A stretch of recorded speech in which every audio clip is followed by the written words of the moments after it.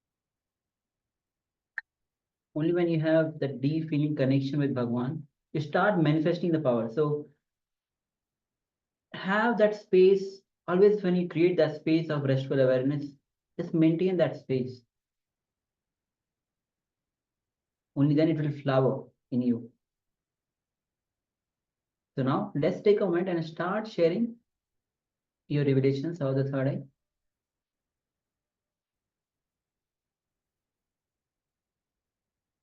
Please go ahead and start sharing. Yes, we also have Kaviya Rasan. Hi, anybody here? Yes, we are definitely here.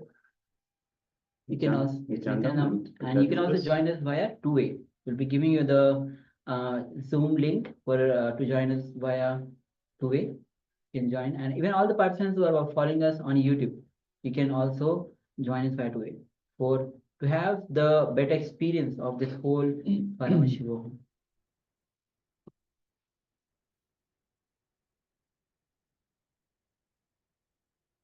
Yes, we already have one sharing. Yes, Aini, she says green numbers, orange, yellow sky. Thank you very much for sharing that. So requesting everyone, please, first of all, let's come on camera. So we have a number of participants that have got the camera switched off.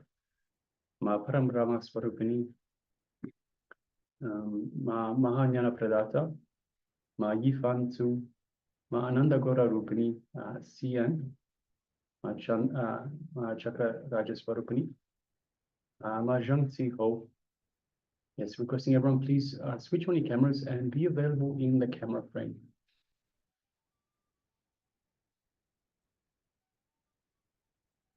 Yes. And take a moment and share with us what was revealed to you in your third eye. We also have Ma Chun Yu that shares. Shares green trees, orange, yellow sky. Yes. So we have Ma Yan Hong shares white dragon tail and pink pearl-like pointed object. Pink, blue, gold, white light, and orange yellow tower. Yes, thank you for sharing.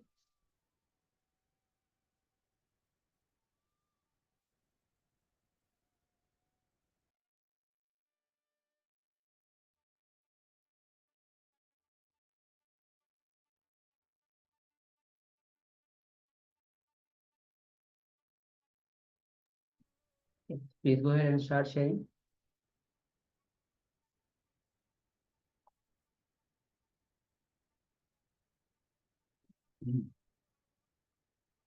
All right. If you are still sharing, please continue to share. Meanwhile, we'll be projecting the image on your screen. And understand the powers come as a result of your feeling connection, your oneness, your space of oneness with Paramashiva. So it is from this space of oneness that the powers manifest. So it's very important that you visualize, you connect to Swamiji, connect to Paramashiva, connect to the divine for these power manifestations to occur. All right. So now we'll be projecting you the image. All right. So this is the scene. You can see beautiful cultivated land. You can see a nice vast area. Sun just shining clouds, trees, and of course the mountain range, green small plants, and yes. So this is the image. So green numbers, actually Ma Chunyu shares green trees, orange, yellow sky. So spot on, Ma. We have the trees, we have the green trees, we have the orange, yellow sky. The sun is giving that feeling, that light to this. Yes, thank you very much, Ma, and congratulations for manifesting.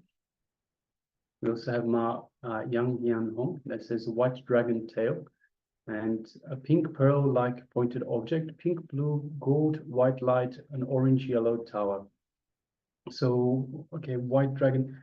So the way the trees are, because it's an incline, the way the trees are, it's sort of, like in one straight line, it sort of looks like a dragon tail now. Pink pearl. So we have the sun. We can see the sun just peering through the sky, through the cloud, through the trees. So that looks a little bit like a pink pearl.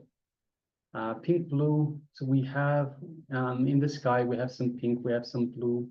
In the clouds, gray as well. Gold. So the sunset. So we have a sunset here. Gold is in the sky. The light of the sun reflecting off the clouds. So we definitely have the gold as well. Orange yellow tower. So there's a lot of orange, and there are the trees that look like towers as well, Ma. So yes, thank you very much for sharing, Ma, and congratulations. All right. So with this, we'll be entering into today's theme itself. Today, we have the flowering of energy. See, understand, we have the energy and we have that potential of that infinite energy. Only when it flowers, Shakti, that is manifest in us.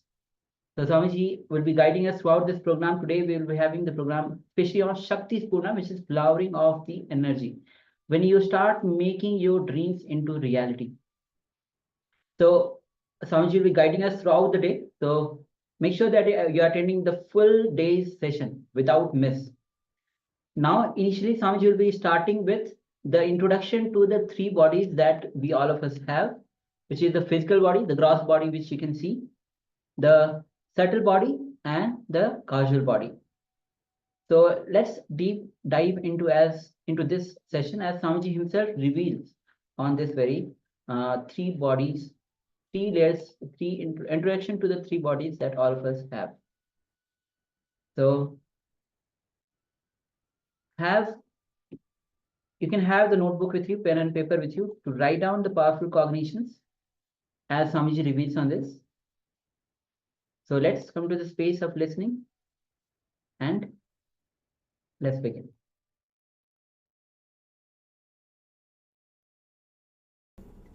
Almost all the masters, they agree on one point.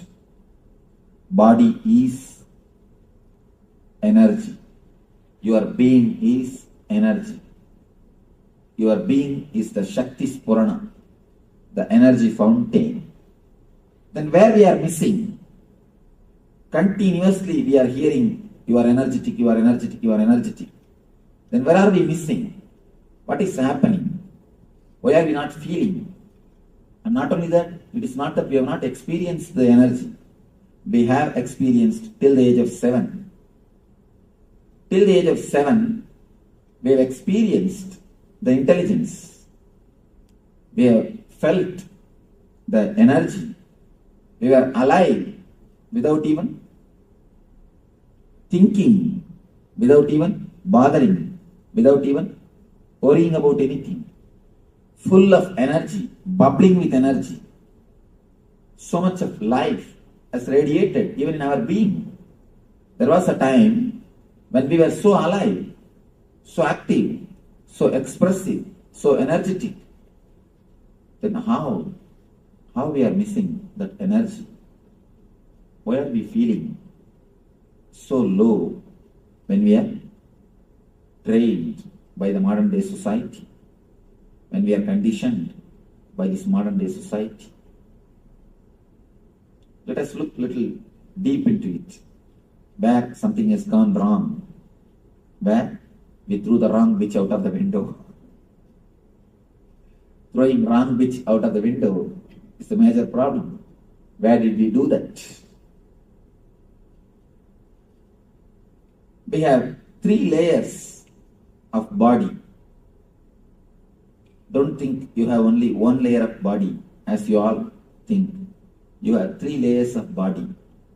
First thing, the physical body which you have now, which you are handling. The second thing, mental body or subtle body, which you are using at the time of dreaming. When you dream, every night you create a new body. That is why you feel associated with that body. For example, you are sleeping in India. You dream as if you have gone to some other country. You are dreaming yourself as if you are walking in some other country.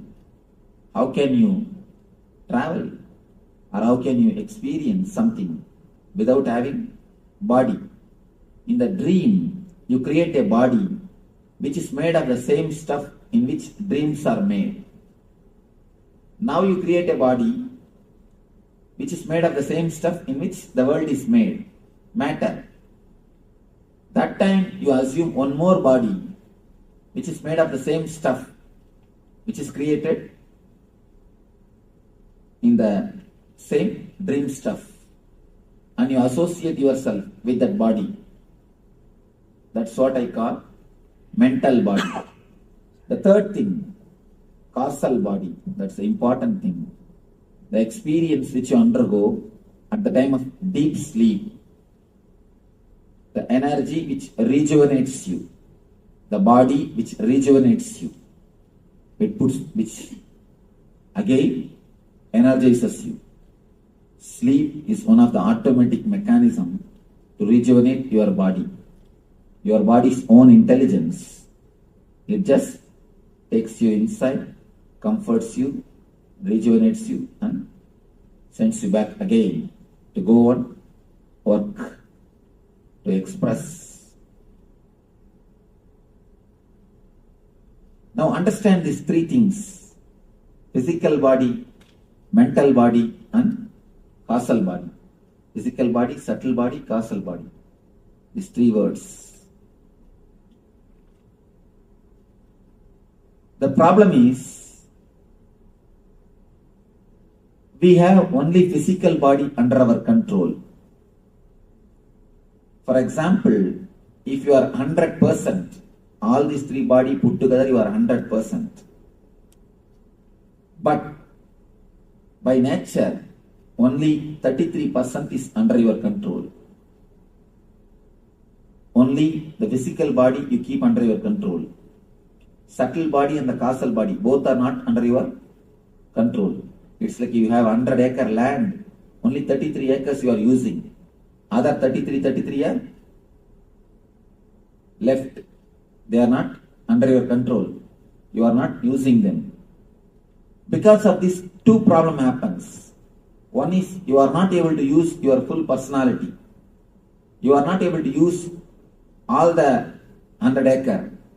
Second thing, from the other 66 acres, all kinds of wild animals, all kinds of disturbances, all kinds of snakes, scorpion, everything sneaks into this 33-acre also to disturb you.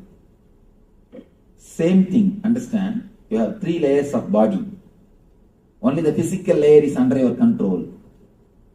Because of that, not only you are missing 66% of your being, your energy, and the wrong things, unnecessary interference of the 66% into the 33% creates a deep discomfort feeling to your being. Whenever these 3 bodies don't fall in ease with each other, don't feel in ease with each other, don't feel comfortable with each other, the diseasiness creates disease. Diseasiness between these 3 bodies only creates disease.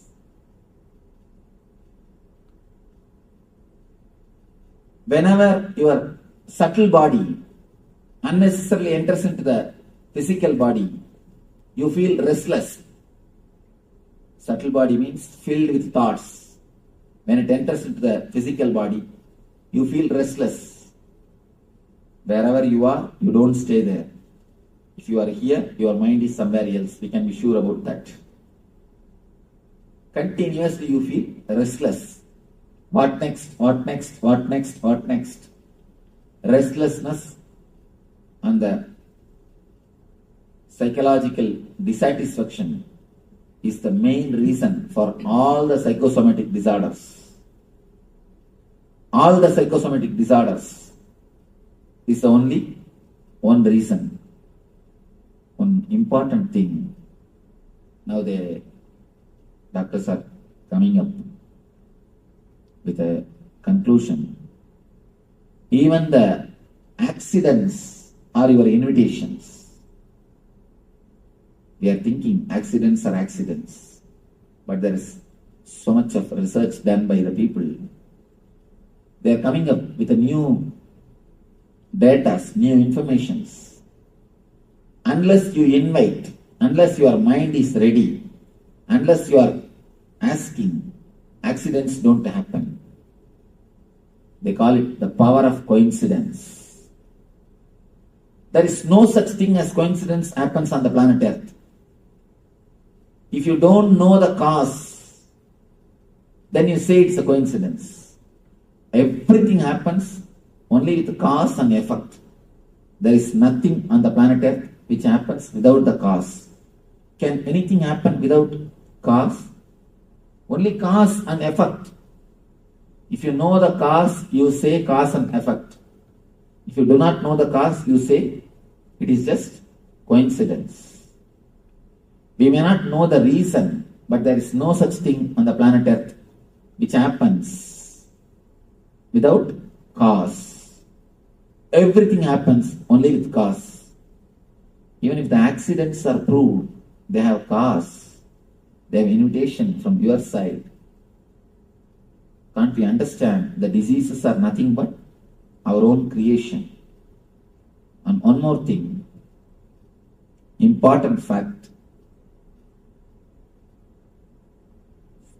Every part of your body has got its own life. For example, liver is replaced once in 12 months. Every 12 months, your liver is replaced totally. Not even one cell, one atom is left. Total liver is replaced in every 1 year by your body. Same way, every part of your body is continuously getting replaced.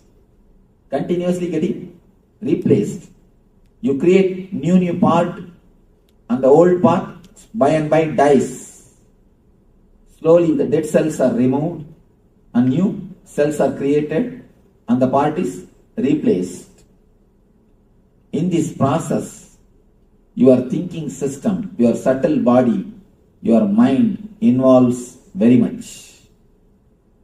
Your mind plays a major role in the new creation or updating your body. In the East, there is a beautiful science called Samutrika Lakshanam. Means they will tell your character just by seeing your body structure. Just seeing your body structure, your character will be very clearly explained. It's a science. It's not a belief. It's not a superficial prediction. Science. They will tell your character very clearly, exactly inch by inch, just seeing your body structure. Because the Eastern mystics have discovered long time ago, your mind plays a major role on creating your body. So, your mind is the experience, body is the expression. Your body is the expression, mind is experience. As the experience, so will be the expression.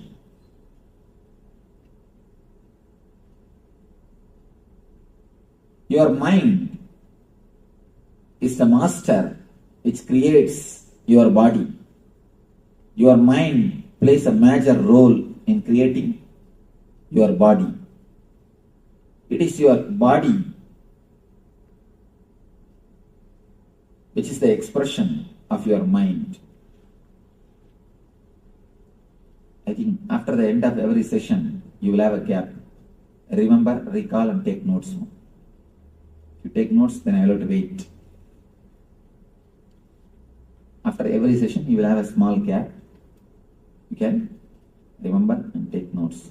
Few people used to tell me, Swamiji, we forget by the time. If you will forget within half an hour, then what is the use of class? What is the need of even attending the discourse?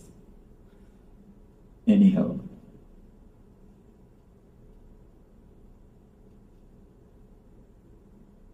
These three bodies, when they interfere in the other's space without invitation, they create trouble. As I was explaining to you, if the subtle body enters into the physical body, it creates deep restlessness in you, and it creates psychosomatic diseases, wheezing, stomach problem, and all the problems related to heart, the Anahata chakra and Manipuraga, as just because of the subtle body entering into physical body. Next thing, subtle body entering into causal body. That is what causes insomnia. Subtle body means filled with restlessness, thoughts. If it enters into the causal body, the deep sleep layer, that's what causes insomnia, chronic fatigue. Chronic fatigue, insomnia, sleep, not only sleeplessness, all the disorders in the sleep, they are caused by the subtle body entering into the causal body. And the next thing, causal body entering into the physical body and subtle body. When causal body unnecessarily enters into the physical body, you feel a deep inertness. Inertness means you don't want to do anything. You just want to be totally silent. And you just want to be totally in the inertness.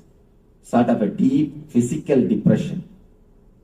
Deep physical depression.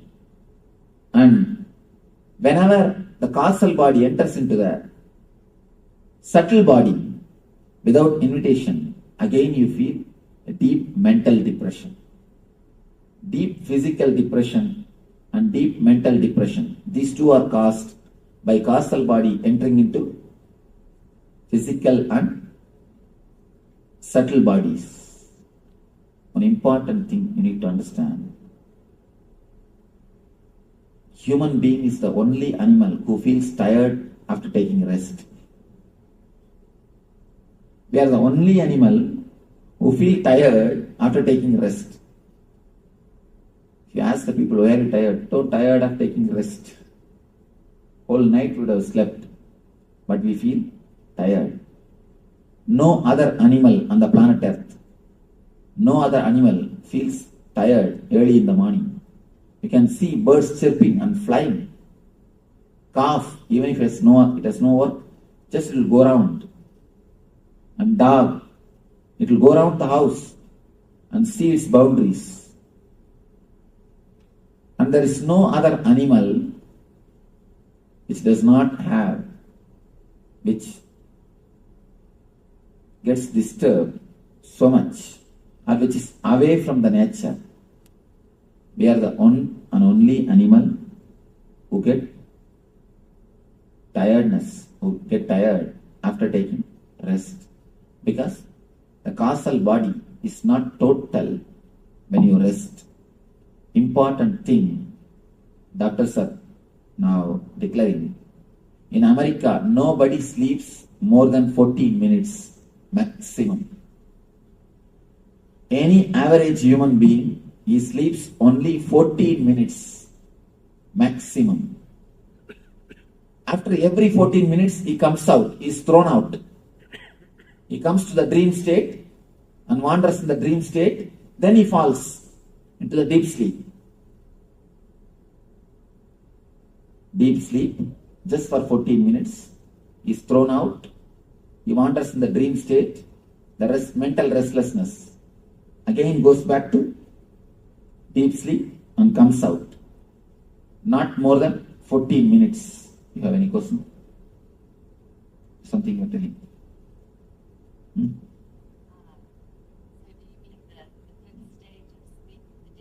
Yes. I mean, when I say sleep, I mean the total deep sleep. Dream state is not sleep. Please be very clear. Dream state is one of the disease Let me explain. When it comes to the second layer, I'll explain how the dream state is disease. Only maximum 14 minutes the person rests average in America.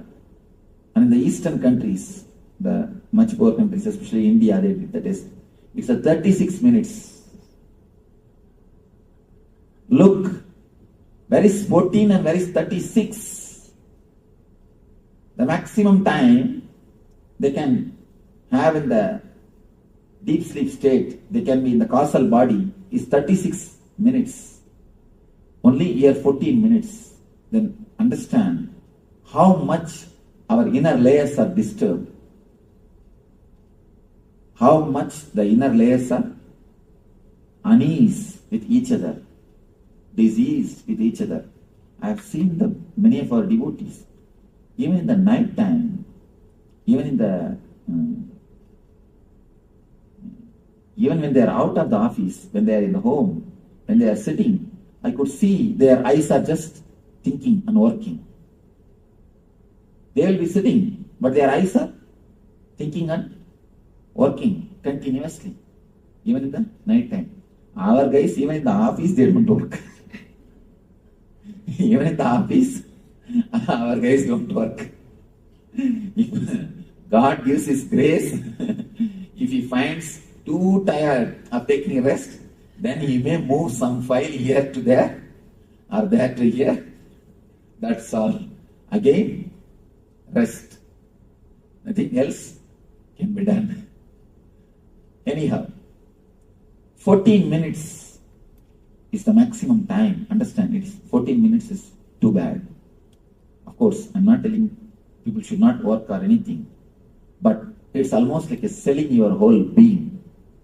You are selling your sleep to purchase the bed. To purchase king size bed, you are selling your sleep. To purchase a drawing, you are selling your eyes. According to me, you can work the same amount of the work which is done by an American citizen, and you can have more sleep than an Indian citizen. This both can be joined with the right meditation technique. With the right meditation technique practice, because you have tremendous potential energy. Not that I am telling you this as a thesis or a theory. I have already worked with 30 people, with a group of 30 people. I already experimented the whole technique. Whatever I am going to speak to you today, I have already experimented more than 1 year. More than full 1 year, we did an experiment with these ideas. Just only few months ago, I designed this whole program. We are continuously working like a laboratory on these great ideas. When we prove solidly, it does not create any side effect. It creates only positive effects, and it creates only the right results. Only then I bring it out to the market. Now I tell you, we have worked on this technique and proved it. Not only these techniques are foolproof, they are giving tremendous results. And now, at least in our ashram, people sleep hardly 2 hours. They work at least almost 22 hours continuously, and again they are filled with energy. Nothing. Right food, right understanding about sleep, and right meditation. Over. Nothing else. Only these three things. When your 3 layers are cleansed, when you clean these 3 layers of your bodies, and have a right few tips in the food, in the sleep, and in the meditation. These 3 are the basic thing. Then automatically you will see you are able to express tremendous energy. At the same time, you are able to have the deepest possible rest. Both will continuously happen at the same time. And this course is, I call this course as a get well course. understanding about this 3 layer, first will remove the diseases from you. Next, it can create a positive well-being, total well-being in you. If you have any questions about these 3 bodies, you are welcome. Otherwise, we'll go for the next session. Any question? Yes.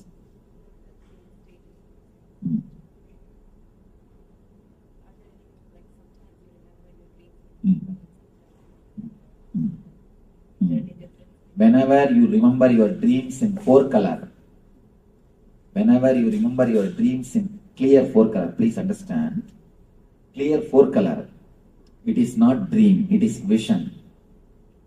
Whenever you are not able to remember the color, whenever you feel, there are many people who feel, will my dream come true? Will my dreams have got some significance? Are they something spiritual? So try to remember it. When you remember, if you remember it with 4 color, be very clear it is vision, because dreams don't have color. Be very clear. If you remember it by 2 color or just by words, then forget about it. They are just simple dreams. They are getting released. Dreams are like a safety valves in the steam engine. The steam boiler or steam engine, if the pressure of the steam becomes too much, they will have a safety valve which will automatically open and release the steam. Release the extra pressure. Same way, if your being is filled too much with desires and fears, naturally your safety valve opens and you release it. That releasing safety valve is only the dream. Dreams are nothing but safety valves. But instead of removing the heat, instead of reducing the steam, we are always extending the time of the safety valve being open. We work in the other way. If you try to work to reduce the heat supply or the steam supply, then naturally you will see you don't need your safety valve to work too much of time. But we do not know how to reduce the steam supply to that steam boiler, how to reduce the heat. That is why too much of time the safety valve keeps itself open. Too much of time the safety valve is made to work. If the safety valve is made to work too much of time, you feel a deep tiredness. You would feel a deep lethargic feeling. And you feel too many diseases entering into your being.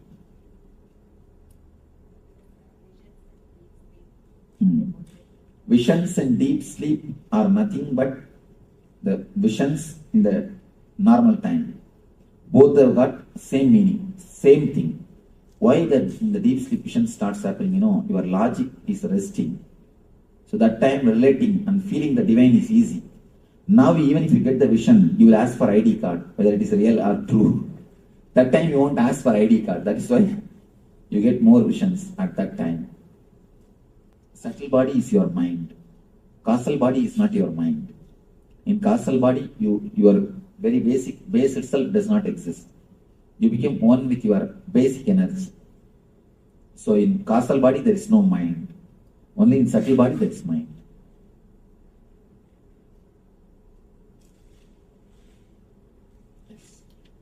There is a saying that is left like a log. You are out dead to the world. That is the real causal body. That is the right way to sleep. If you lie down in one pose and next day morning you are in the same pose, means you are healthy. You are healthy. Totally healthy. Kids, see the kids. They sleep like a log. And not only that, if a grown-up man, if he sleeps, you can see his eyeballs moving. But kid's eyeballs will never move. Of course, if it is moving, you are training him or training her. You are doing something and she is getting molded. He or she. When you are in deep sleep, your eyeballs will never move. This color reads, is it you remember your dreams, if you can remember the dreams in 4 color. 4 color means as you are seeing the world now. When you remember the dreams, you can never remember them with colors. You can only remember the scenes in a vague way. It will not be so clear and solid like this. If you can remember in the 4 color just like this, then you be sure it is not simple dream. It's something more deeper than a dream. You see the people also. People or anything with color means. That means it's real. Real or some information to you. It's from super consciousness, not from unconsciousness. Any dream which appears in a clear 4 color, which is remembered by you. You see, when you dream, always things look 4 color. Only when you come out, it becomes 2 color. So even in this existence, in this physical body, if you can remember in 4 color, then be sure it's not an ordinary dream. Yeah. Talked about causal body going into the subtle body going into the causal, what that causes. One thing. Confusing. I don't understand how. Differentiation. Physical body means this body. Subtle body means continuous thinking or continuously boiling inside. Causal body means a deep rest, a total rest. This causal layer, if it enters into the physical layer, you will feel a deep lethargic feeling. Sometimes, for no reason, you feel a deep lethargicness. You don't want to do anything. You just want to lie down in the bed. Deep lethargic feeling. And the same way, if this causal body enters into the subtle body, you feel a deep mental depression. If the causal body enters into the physical body, you feel physical depression. If it enters into the mental body, the mental depression. For no reason, you feel totally depressed. You will search, you will find for some reason, you will not find any reason, there will be no reason. But you are feeling totally low. It means the causal body is entering into subtle layer, subtle body. For example, imagine 3 circles. Can you make a 3 circle? Yes. Not one on the other, separate.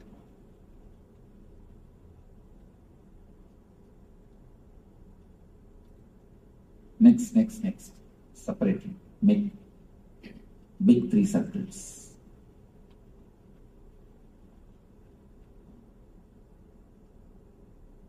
Little this side. Little you need to come this side. Because so much of space is there. Use only upper portion. Below, lower portion I will have to put the table cover.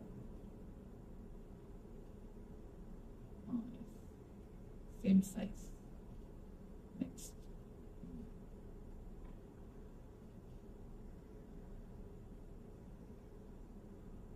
Next.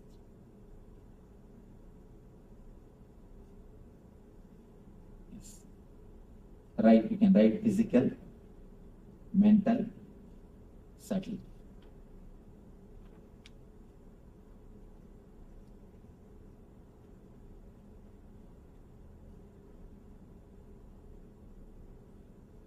PL and causal.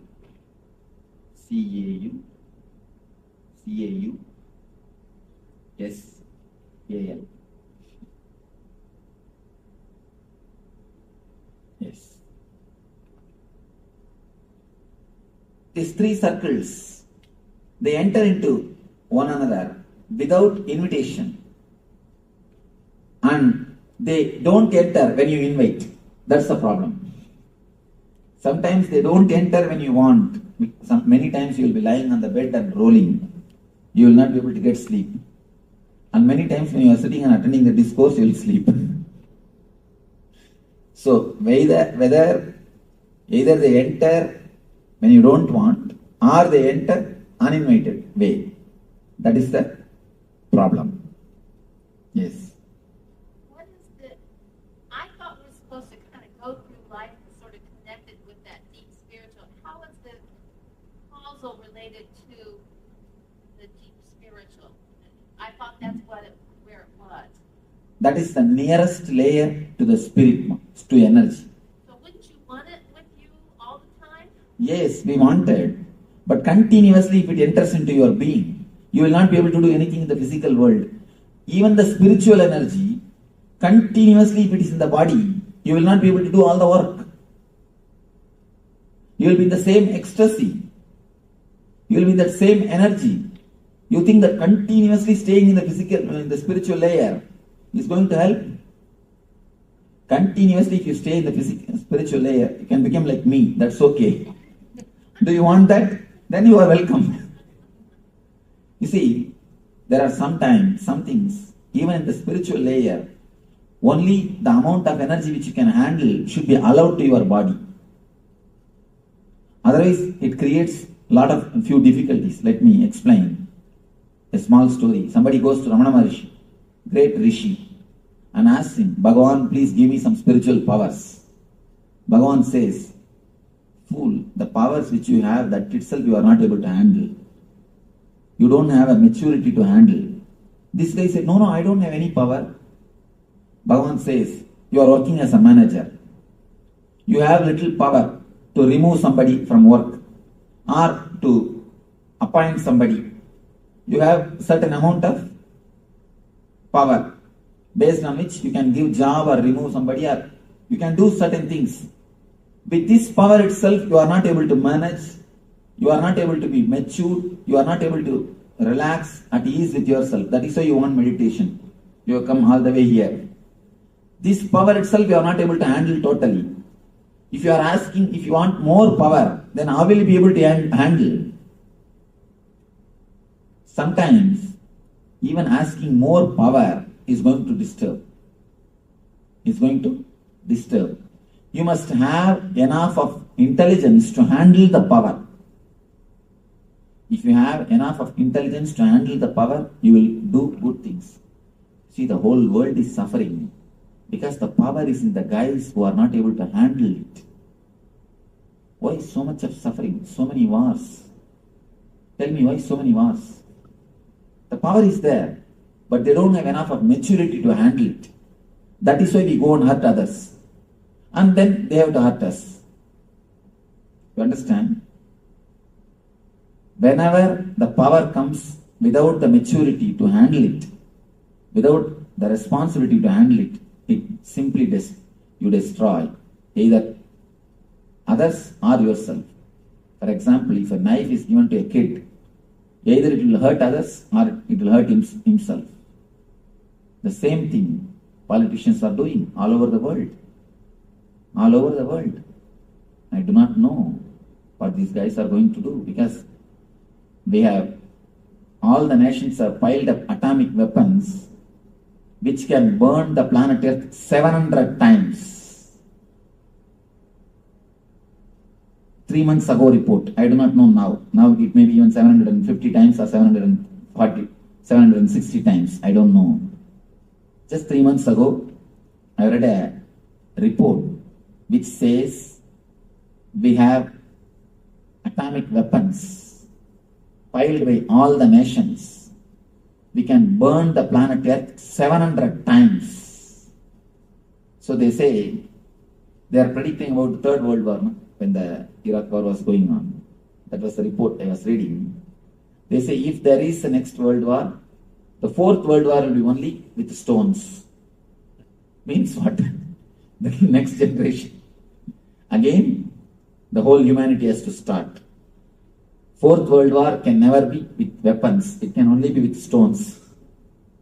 Because again the tribals has to be created and the new planet Earth only has to be created. We have created the atomic weapons which can destroy 700, which can burn the planet Earth 700 times. Then imagine so much of power without intelligence is getting accumulated. That's what I always tell people, either meditation or global suicide. Whether you meditate and become more intelligent and spread more intelligence, or we are going to commit global suicide. No other choice. Okay. Yes.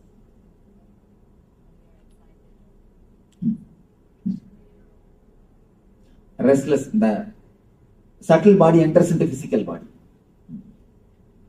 Subtle body enters into physical body. That's why you get restless, excited, and not knowing what to do, disturbed. That is the thing. And when subtle enters into causal body, insomnia. You will be lying on the bed, you will not be able to sleep, rolling on the bed. That's what insomnia. This a deep restlessness in the sleep. Okay. So you will have a small break. Then we will come back and enter into the next session. Next session is a little deeper explanation about these same layers.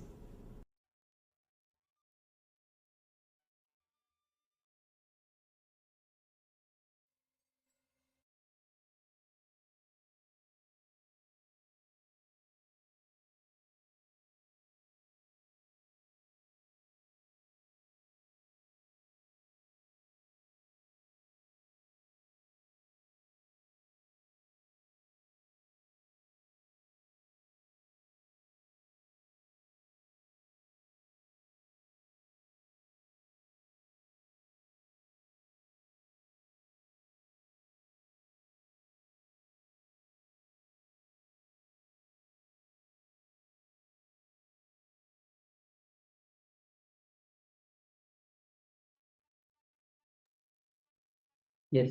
So the three layers, the three bodies that we have, the subtle body, physical body, and the causal body. So when these three crisscross each other, when one enters into another, it causes various types of ailments. Like when the causal body enters into the physical layer, it causes physical depression. When the causal layer enters into mental layer, it causes mental depression.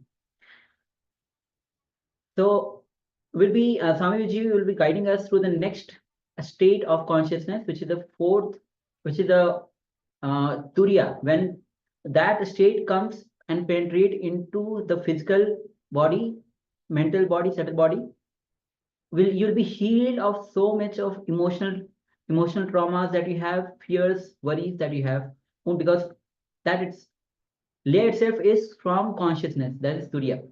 Anyway, we'll be going, Samaji will be guiding us through that. Now we'll be entering into an activity, a small activity where the 7 layers of body Samaji has will be explaining on this. Actually, it's a diagram. We'll be projecting on the screen.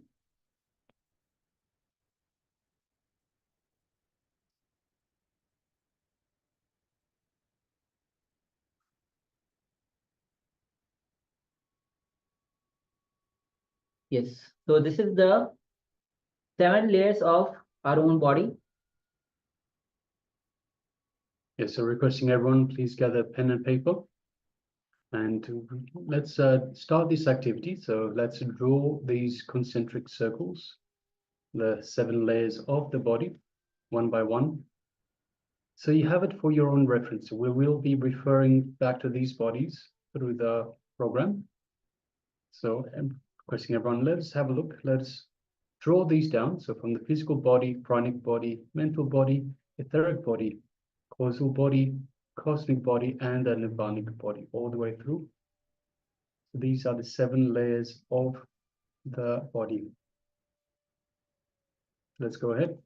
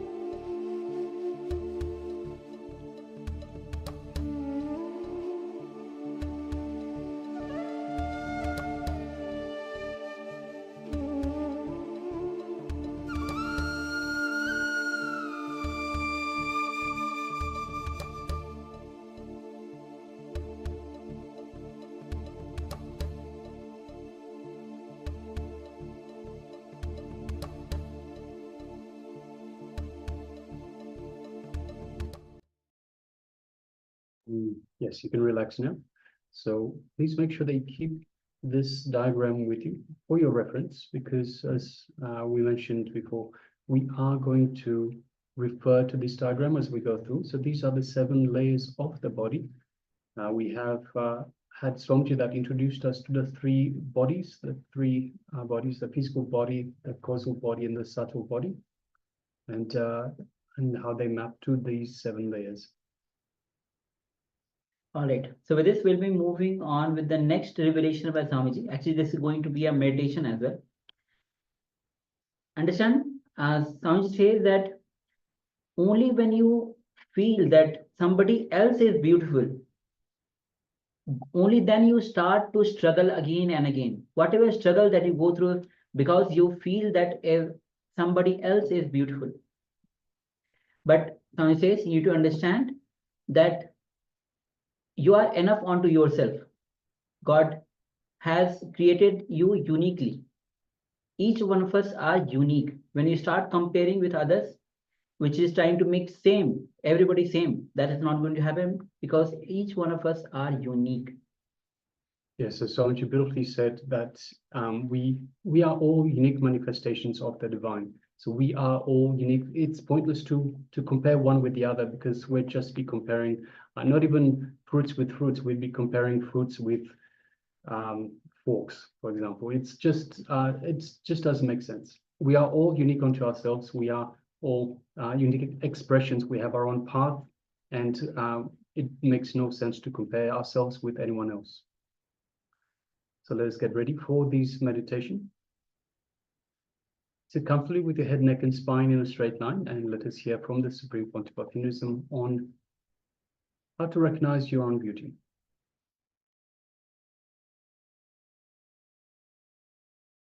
Drop the idea that somebody else's body is beautiful. As long as you have the idea some other body is beautiful, you will continue to struggle.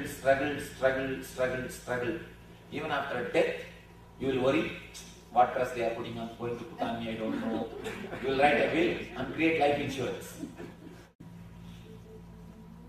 Anyhow, when you have the idea somebody else's body is beautiful, even after death, you cannot relax.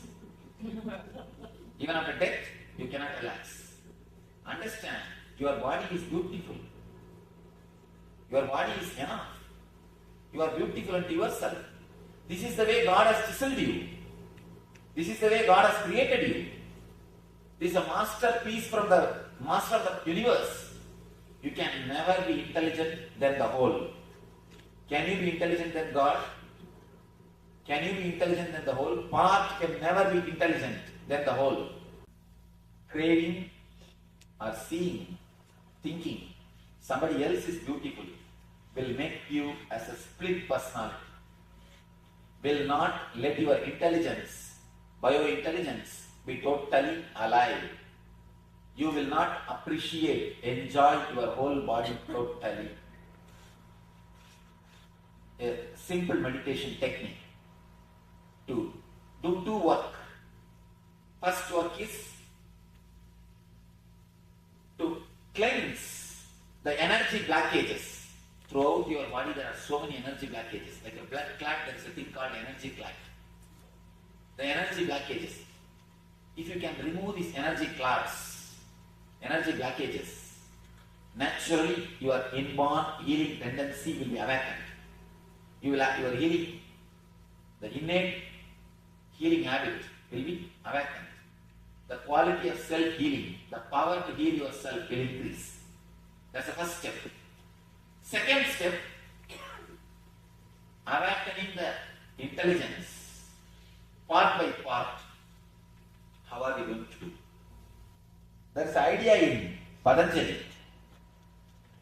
Every part of your body is independently breathing, inhaling and exhaling. It's very strange, but true. Every part of your, don't think you are breathing only through nose. Through nose you take the air. Through the whole body you take the air energy. Prana does not mean air. Prana means air energy. Please be very clear. Prana means air, energy. According to Patanjali, every pore takes the prana and sucks the prana and leaves the apana. It does the breathing, inhaling and exhaling. It takes the ether directly from the cosmos. Actually, I had my own doubt. Is this true? I met a yogi who was under the ground in Uttar Karnataka. He stayed under the ground in a closed, tight container for 1 full year. 1 full year, no food, no water, no air. He stayed inside one full year. After the 1 full year, when he came out, suddenly actually when he came out, he had my darshan. Strange, I never knew him. He had my darshan. He came to the ashram to see me and to have a blessings. When he came, I asked him, how did you manage to do this? How are you able to do that? He said, this is the sutras. This is the Patanjali Yoga Sutra. Then I understood, even for modern men, it is alive. Then later on, I started scanning the technique consciously. Then I was able to understand, when ordinary plant can produce energy directly from sun, why not your body? It is intelligent. It has got intelligence. When you can awaken this intelligence, naturally you will take, food intake will be less. You will do meditation technique, which is 2-step. Which has got 2-step. First step is from the toe to head, step by step, we will tense and release the energy blockages, energy clasps. We will concentrate on it, tense, maximum pressure, create the maximum pressure in every region, so that whatever energy clasps are there, let them be evaporated. Create the pressure as if you will burst.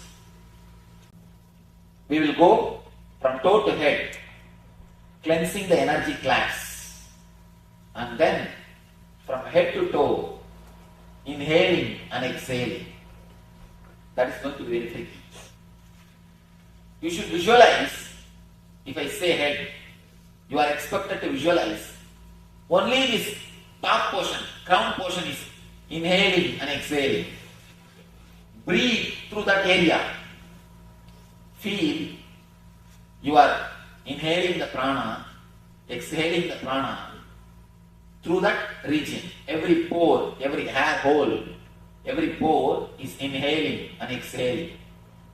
Feel your head is shrinking and expanding through inhaling and exhaling. Visualize it step by step. Then eyes. Visualize you are inhaling the prana, exhaling the apana through eyes. Then ears. Step by step. Continuously visualize. Continuously visualize. Continuously inhale and exhale. Continuously, step by step, finish the whole body. Don't stop at any portion, at any time. Whether you are going from here to tensing or coming from there to here relaxing. Don't stop. One more thing. After the leg, if I come to knee, remember only the knee. Forget about the leg. Don't bother about it. Don't think you should relax it. Don't think you should tighten it. Forget about it.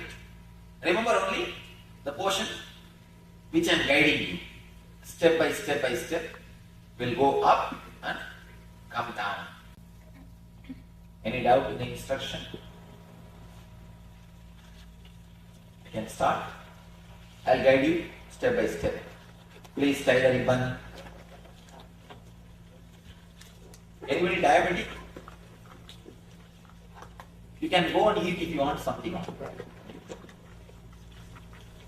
Start breathing as slowly and as deeply Inhale and exhale as slowly as possible, as deeply as possible. Let your hands be relaxed in the side.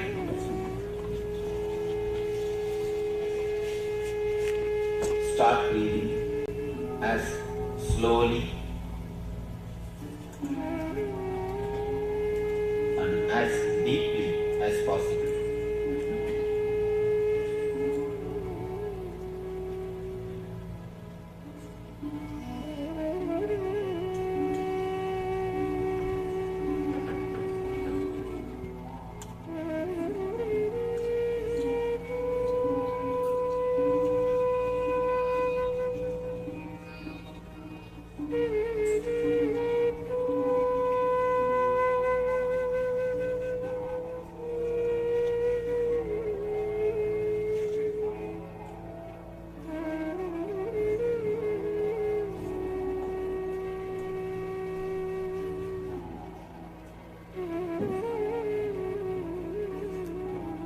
If you are heart problem, if you are a heart patient or expectant mother, only then. Otherwise, put your whole effort and do it.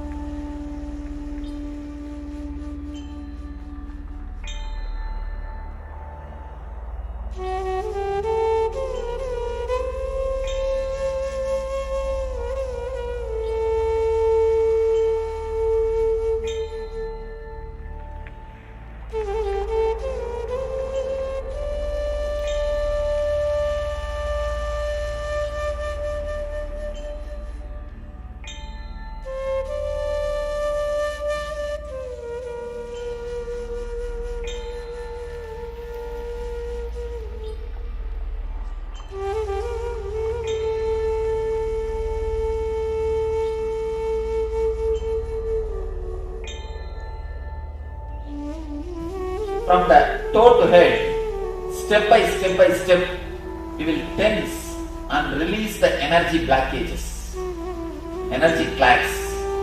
You will concentrate on it, tense, maximum pressure, create the maximum pressure in every region, so that whatever energy clasps are there, let them be evaporated. Create the pressure as if you will burst.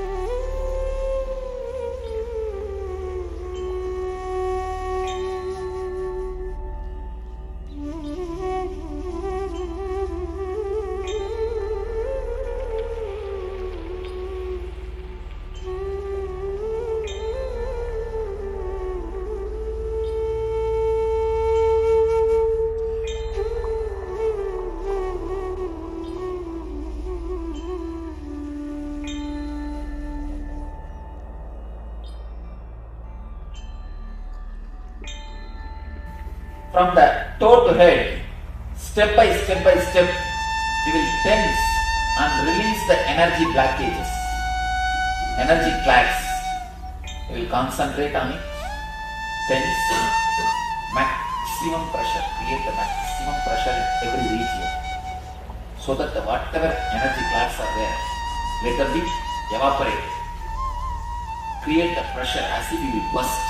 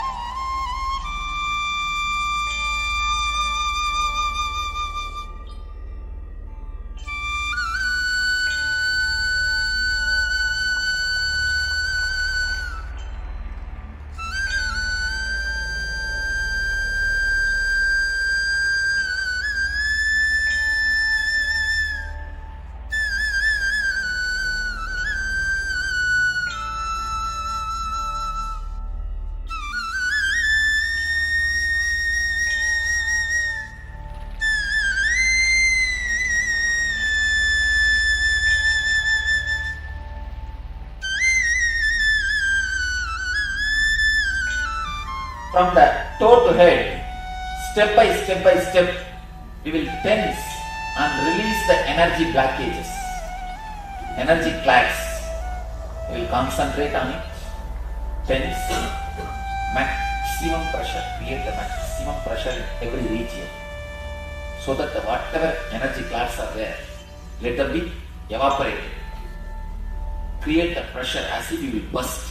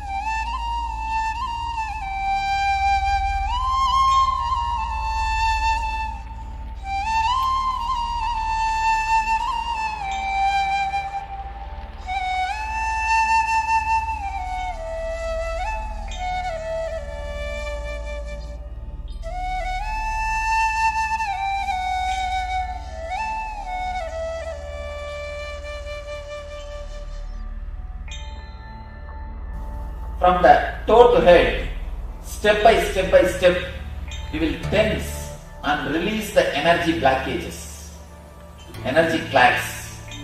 We will concentrate on it. Tense, maximum pressure, create the maximum pressure in every region. So that whatever energy clasps are there, let them be evaporated. Create the pressure as if you will burst.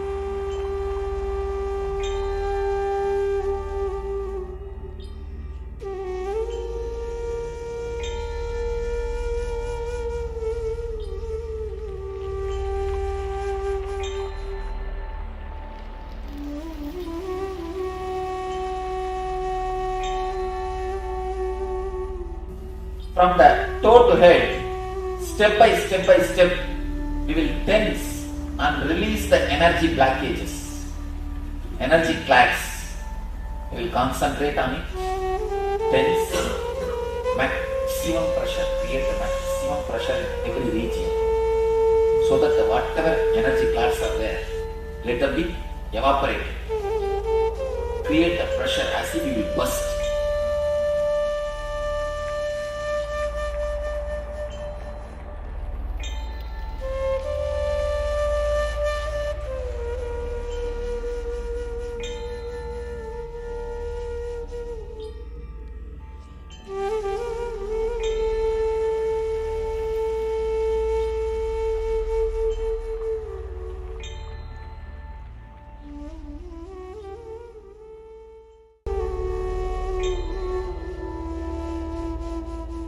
Visualize it, step by step, then eyes. Visualize you are inhaling the prana, exhaling the apana through eyes, then ears. Step by step, continuously visualize. Continuously visualize. Continuously inhale and exhale. Continuously, step by step, finish the whole body. Don't stop at any portion, at any time. Whether you are going from here to tensing or coming from there to here relaxing. Don't stop. One more thing. After the leg, if I come to knee, remember only the knee. Forget about the leg. Don't bother about it. Don't think you should relax it. Don't think you should tighten it. Forget about it. Remember only the portion which I am guiding you. Step by step, will go up and come down.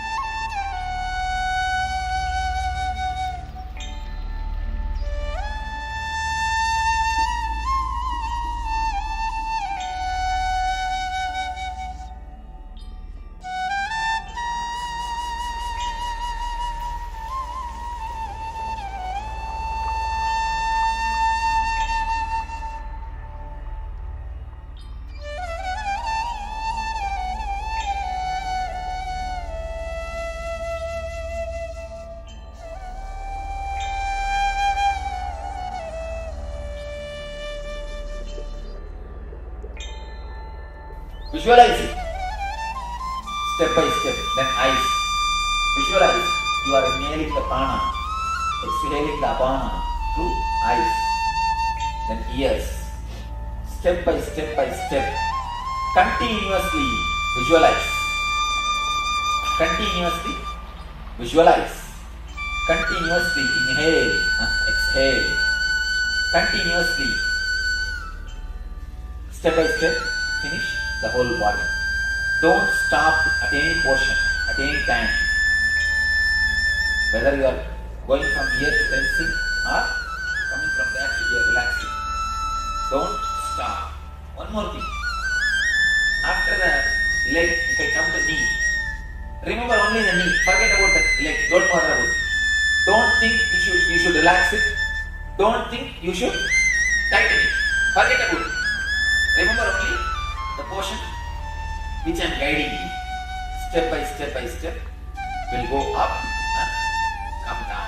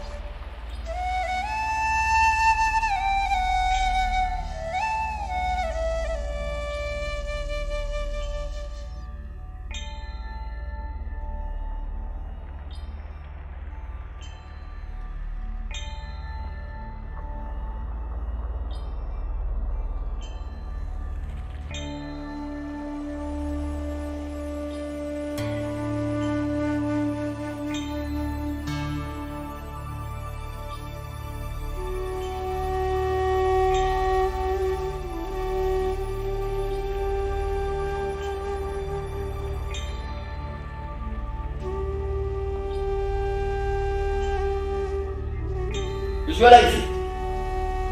Step by step. Then eyes. Visualize. You are inhaling the prana, exhaling the apana through eyes. Then ears. Step by step by step. Continuously visualize. Continuously visualize. Continuously inhale and exhale. Continuously. Step by step, finish the whole body. Don't stop at any portion, at any time. Whether you are going from here to tensing or coming from there to here relaxing. Don't stop. One more thing. After the leg, if I come to knee, remember only the knee. Forget about the leg. Don't bother about it. Don't think you should relax it. Don't think you should tighten it. Forget about it. Remember only the portion which I am guiding you.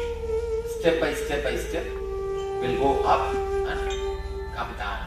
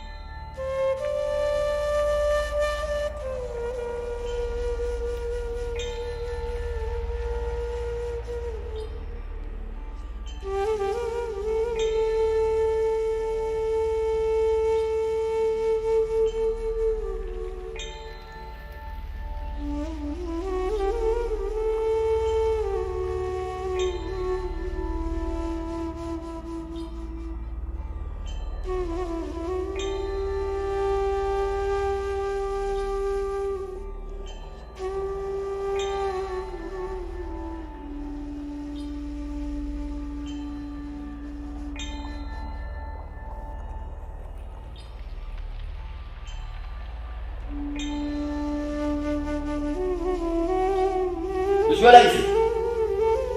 Step by step. Then eyes. Visualize. You are inhaling the prana, exhaling the apana through eyes. Then ears. Step by step by step. Continuously visualize. Continuously visualize. Continuously inhale and exhale. Continuously. Step by step, finish the whole body. Don't stop at any portion, at any time. Whether you are going from here to tensing or coming from there to here relaxing. Don't stop. One more thing.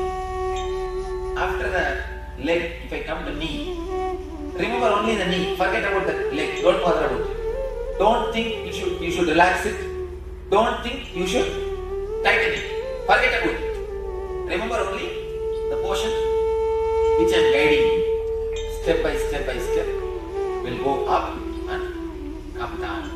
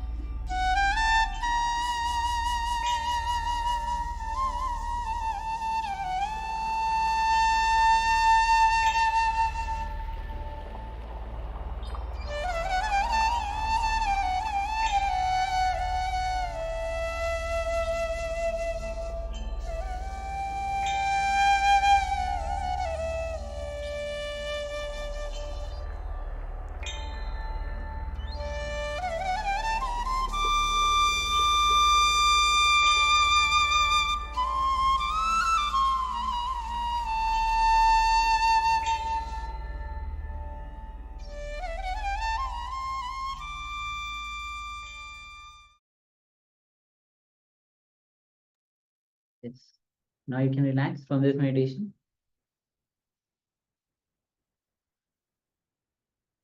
And now we'll be entering into today's detox, to detox with Valayaswaram.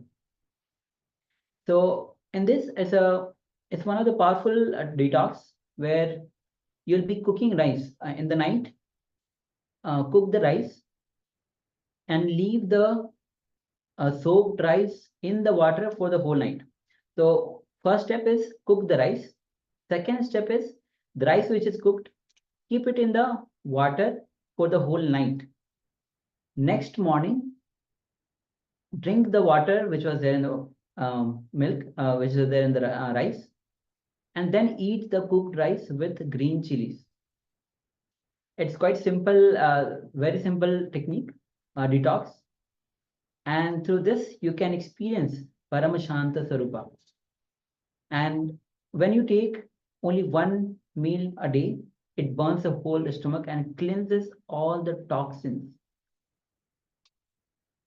Recommendation is try it for first time for 1 week, one meal after the morning puja, once after the breakfast, or actually before the breakfast, after the morning puja, you can have this meal.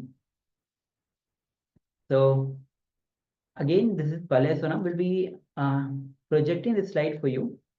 Take a few moments and write down this detox process.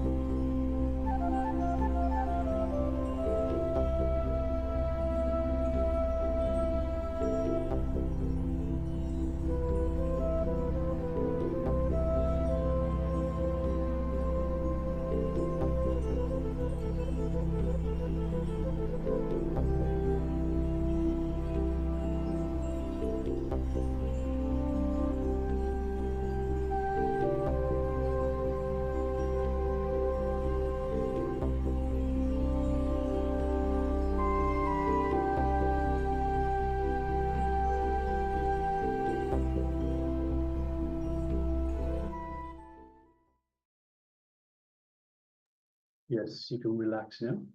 So that is a very important detox technique to detox, to burn the toxins, to remove, to cleanse the toxins related to your stomach that are stuck in your stomach. And of course, the stomach is a very important part of our body because we take food through the mouth and it ends up in the stomach, and it's the stomach that breaks down that food. So it is very much related to everything. It's central to everything that we do. So it's a very, very important detox technique to remove the toxins, to cleanse the toxins from the stomach. All right, so now let us move on to the next segment, which is the power manifestation segment. And today's power manifestation is remote scanning. So in this round, we'll be manifesting the power of seeing picture. The acharyas, we the acharyas will be looking at the picture, and through the power of remote scanning, you'll be scanning the acharyas and see every single detail of the image that acharyas are looking at. So hope that's clear. So we the acharyas are looking at the picture right now and doing the whole power manifestation, and you will be manifesting or seeing the picture or scanning the acharyas and getting all the details of the picture, whether including the whole scene itself, including items, objects, colors, and every single detail, even location. All right, so with this, let's get ready to enter into this round of power manifestation.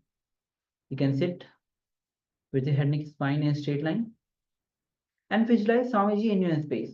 See, only when you connect with Swamiji, you are able to manifest this power. Simply, you'll be able to manifest this power. So just drop everything. No tension, just relax. No worries, no fears, no restlessness. Just simply sit.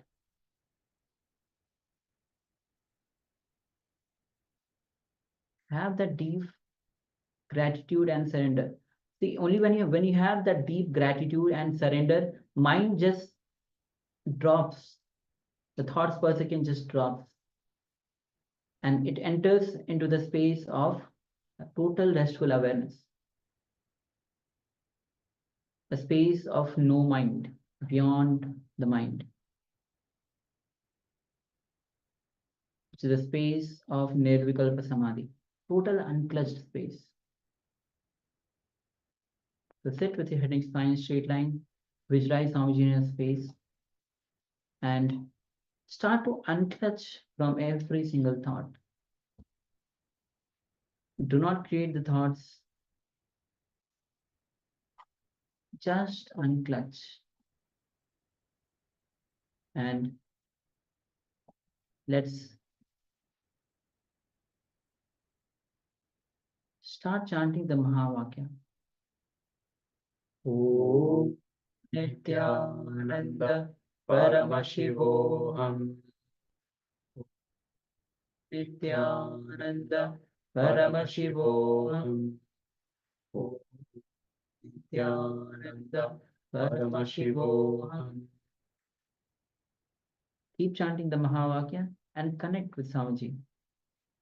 And ask Swamiji to reveal every single detail of the image that the Acharyas are looking at. Let's begin this manifestation. Paramashivoham.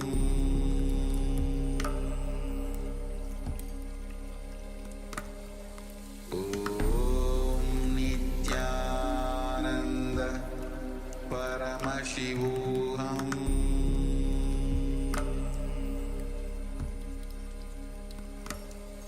Om Nithyananda Paramashivoham.